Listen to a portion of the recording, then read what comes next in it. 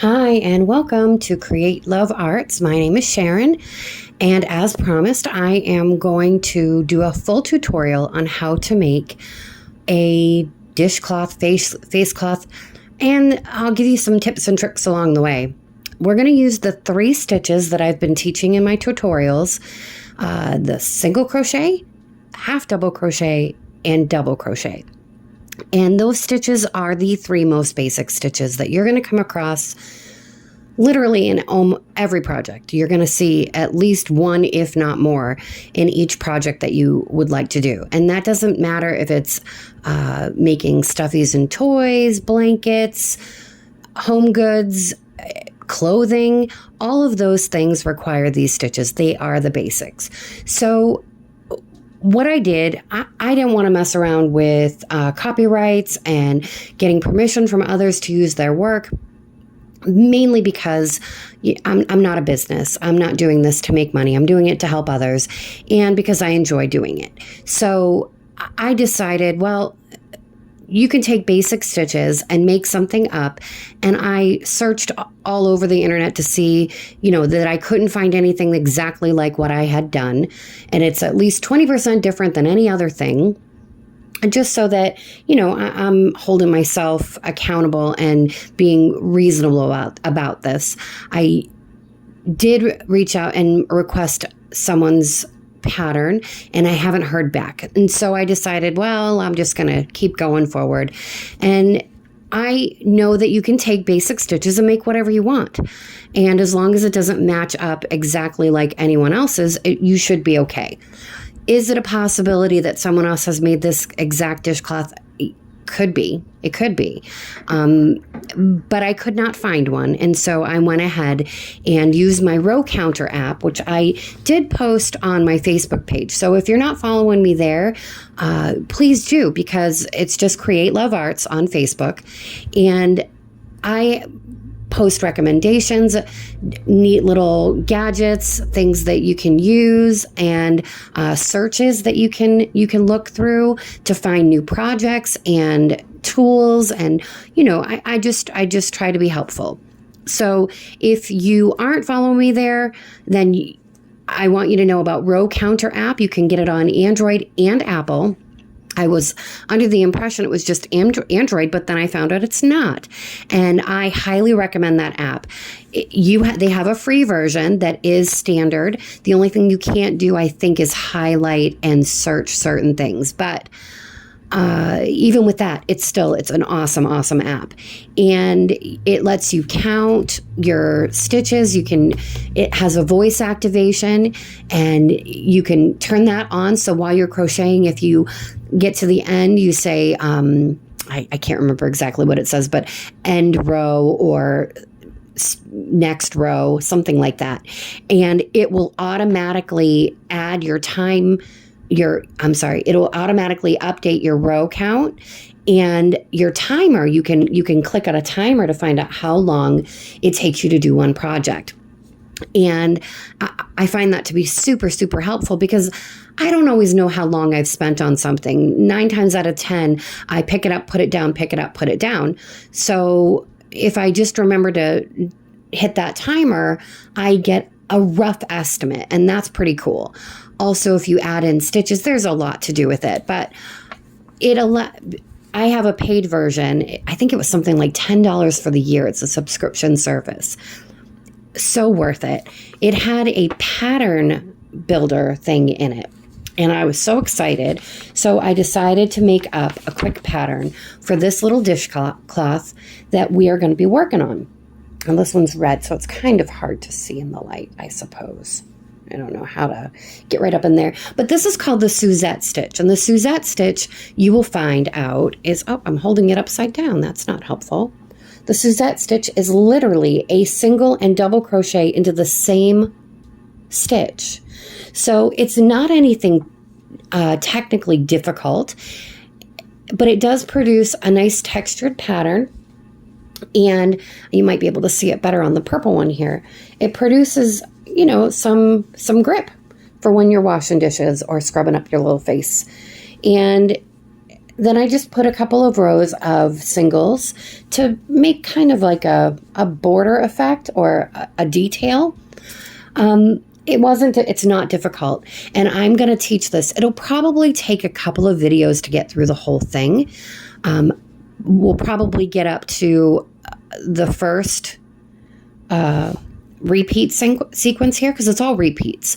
We'll probably get up to the first one, and then I'll stop the video and let you finish it off, because it's the exact same thing over and over again. It's really, really simple. And I'm hoping that as a first project, this will be enough to keep you interested, because it is a very pretty stitch, and it's something that I wanted to do to make it real for you. Once you've actually created something, it becomes a little bit more exciting. And as we go through, I wanted to make the pattern also to show you how to read them. Written patterns, there are free written patterns literally everywhere on the internet. Ravelry, I don't know if I should name drop, but I'm going to. Lion Brand website has them. Premier Yarns has them. You can find them on almost any yarn brand. Peaches and Cream is part of Premier, I think, or Yarnspirations. I'm not sure which. Hobby Lobby, they put patterns straight onto their yarn labels. And once you learn how to read a pattern, they're pretty much all the same. All it is abbreviations and knowing what to put where. And again, once you learn it, it opens up the entire world of possibility. Because then, even if you are biting off a little bit more than you can chew, you at least know how to read it so that you can kind of understand. I am happy to offer pattern help, but because of copyright and that kind of, I don't want to tread on anyone else's work. So if you have a problem with a pattern and you want to private message me through the comment section, all comments have to come through me before they're posted anyway. I can answer you that way, or on my Facebook page. Absolutely. Feel free if you find something that you're having trouble with. I'm happy to help. But first you need to learn how to read one. So that's what we're going to start with. And as we read it, we're going to go along and do the process steps. But the first thing I want you to see is usually there's a header. Mine happened to come out on a full page, but usually it's just a little header up top. If you downloaded this off my Facebook page for free, you would see that it's got a link for the Row Counter app up top. On the PDF file that you download, if you click on that link, it'll bring you right to the Play Store or Apple, the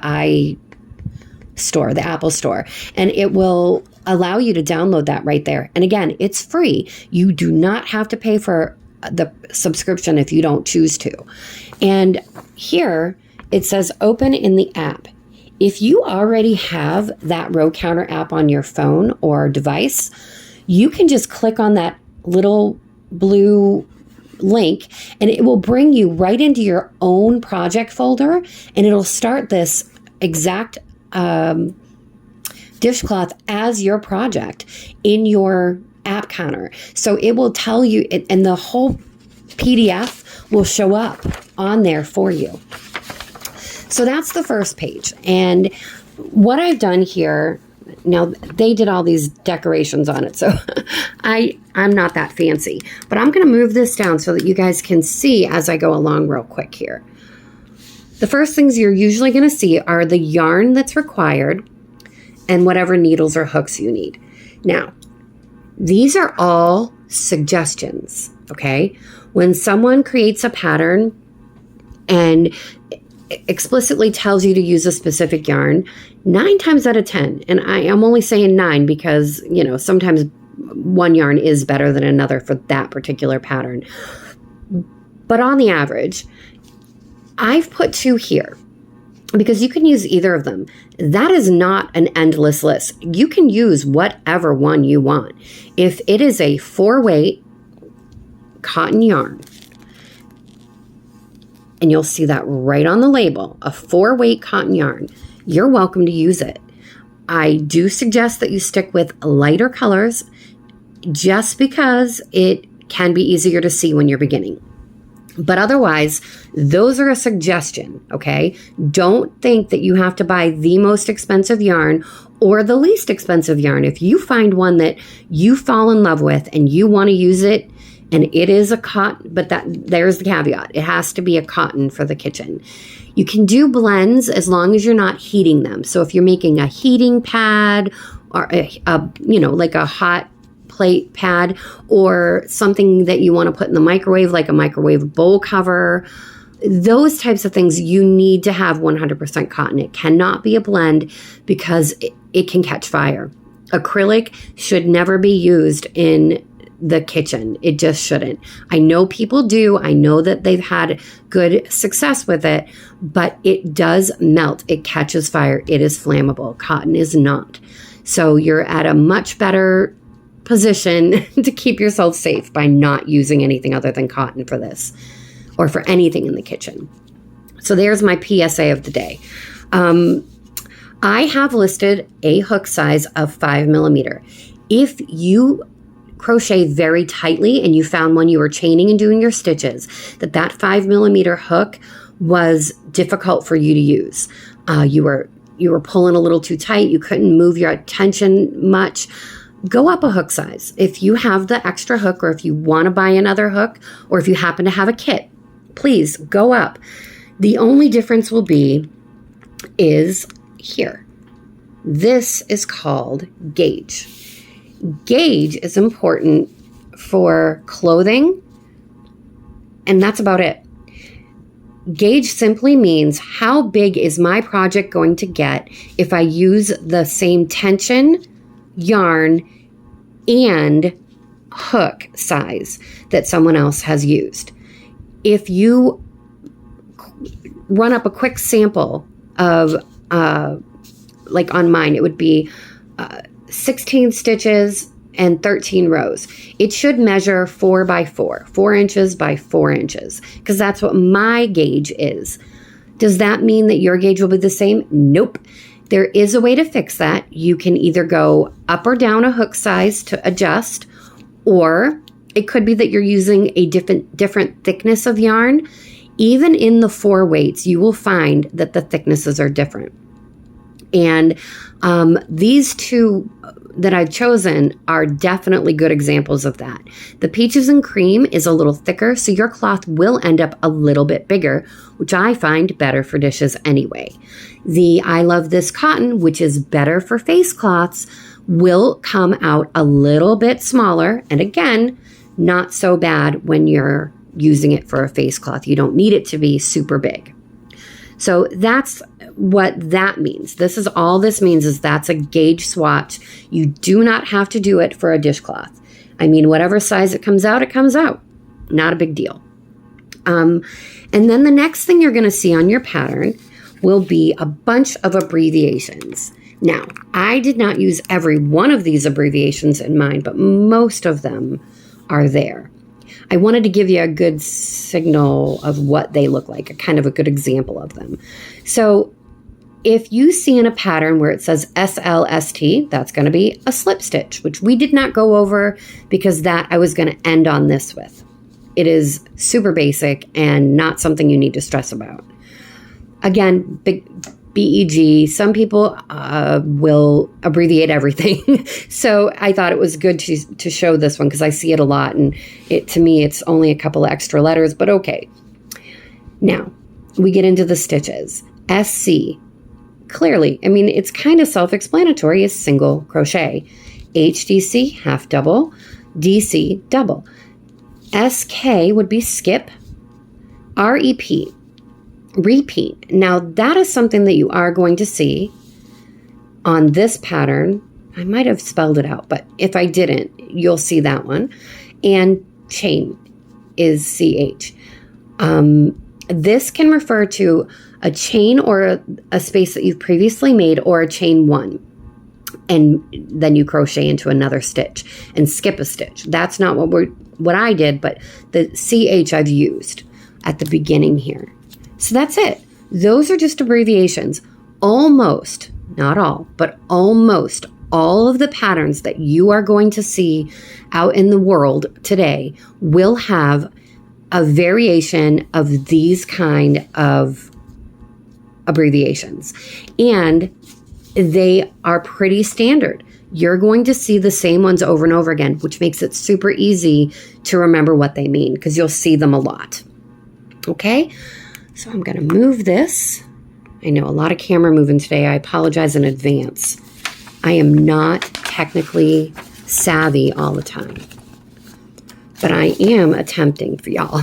Okay, so I started it off the way you're going to see a lot of people start. Okay, so it says this pattern is made with 30 plus 1 stitches. Okay, so chain an even number of stitches and add 1 at the end. You are going to see this a lot. A number plus however many after. That is telling you how many you need to chain, but that's a multiple, which is awesome. Okay, the multiples are adjustable. That gives you the option to make this into a dishcloth, a baby blanket, a throw, a full Afghan. Heck, you could make a king size blanket with this. All you need to know is that there are 30 stitches for the pattern, and at the very end of those, so you multiply up. You just keep going.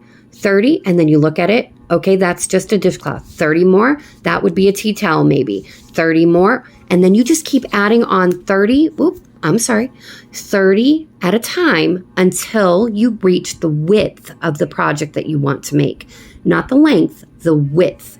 So if you want it to be wide enough for a king size bed, which I can't imagine anyone would want to do this particular tights pattern for that. But if you did, you would just keep doing 30 stitches over and over and over again in your chain until you reach the amount, the width that you want to cover that bed. And then before you turn your work, you add 1 more chain at the end. That's it. That's all that means. So when you see made with multiples or made with 30 plus 1 stitches, that's what that means. And that's an amazing thing that you don't see on every pattern, but that is super duper nice to have because you can then adjust it to whatever it is that you want to make size-wise. Okay? I did put it on here that gauge is not important, but I've added it for reference. And here we are. We're at the very beginning. I'm just going to read through the first 3 instruction rows to give you a good idea, and then we'll start the project in the next video. This one got a little bit long-winded. It's a lot more complicated than I expected it to be. Sorry about that. So to begin, chain 31. That's what that CH means, chain. So you're going to chain 31 stitches, and then it says, working into the second stitch from your hook and using the back bump of your chain, just like what we did when we were practicing our stitches, you're going to SC, which is single crochet, into each stitch across. Turn your work after you've done all the way across. 30 stitches total. That is the count that you're going to want at the end. Not everyone puts that in their patterns. However, whatever your base chain from up here, not this number here. So if that's a 5, you take 5 off of that. But that number there is going to be how many stitches you should have on that first row, no matter what. So the first row is going to be a single crochet row, easy peasy. You turn your work, and then we jump down here. Chain 1, then HDC into the first stitch. All that means is chain 1, half double into that first stitch right there under next to that chain, that very first hole. Then you're going to skip. See, I didn't put the SK. Skip the next stitch. And then you're going to SC and also DC into the very next stitch. So single crochet and a double crochet into that next stitch. And I gave a quick explanation there. Both will be worked into the same stitch. SC, then DC. Do not flip those. It will not come out right. That is an entirely different stitch pattern, which is really funny, but it's true. And you could, if you do it the entire way across, and that would be fine. It just wouldn't look exactly like mine. So on mine, I did single crochet and then a double crochet. And then you skip the next stitch. You will see that there are little asterisk stars here. I don't know how. Yeah, there we go. An asterisk here and all the way at the end here.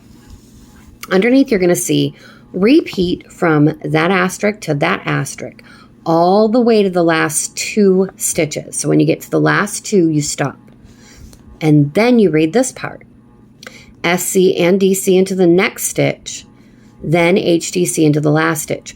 The reason why this is different is when you end at that last asterisk there, you have 2 stitches left, and I don't want you to skip that last 2 stitches. I want you to do the Suzette stitch in that last one before your half double. And you'll see that as we go.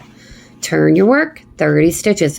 I wrote that all the way through, not because, I think you guys can't catch up and keep up, but more so that you can, it's a good reminder as you go. And also you'll notice, this is row 1. Okay, that's that single row. This particular thing goes from row 2 to 7. So you're going to count, you're going to do row 2 like this, 3, 4, 5, 6, and 7. And that is your repeat right here. Oh, well, this is the top of it. Dee, dee, dee. All right, that's the border. There's a single crochet row here. And then there's 1, 2, 3, 4, 5, 6 rows of this. And I'll show you how to count that as you go. It gets a little tricky on some things, but that's what you're going to do. And then when you get to here, it's going to tell you from row 8 to 10, chain 1, SC all the way across. This is a very simple pattern, but this will give you a good idea of how to read these patterns. And they all look, one of the best things about generating this pattern on that road counter is I can't make it look like this on Excel or Word documents. I'm not good at that stuff. I might have used to be, but I am not anymore. It's all Greek to me. So it does come out looking exactly like everybody else's patterns, which I find to be really, really convenient. So there it is. That is how you read a pattern. And as we go through, we will follow along with this, and I'll show you as we go. But I do want to show you the very last thing. I have given you instructions for a border on this. You do not really need to make one on this. It finishes it off better and it looks nicer. So when I'm teaching it, I will create the border as listed here. But it's a good practice for you too, because there are some different things you need to do in the corners.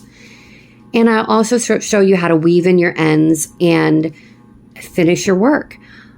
And that is it for this tutorial. I think I'm going to stop here and use this as just the written pattern tutorial, due to the fact that I can't imagine that anybody wants it to get any longer than this. So if you need help with your pattern reading, this is the video you really want to watch. Otherwise, we're going to jump right into on the next video to making this dishcloth. Thank you so much, and I will be chatting with you soon.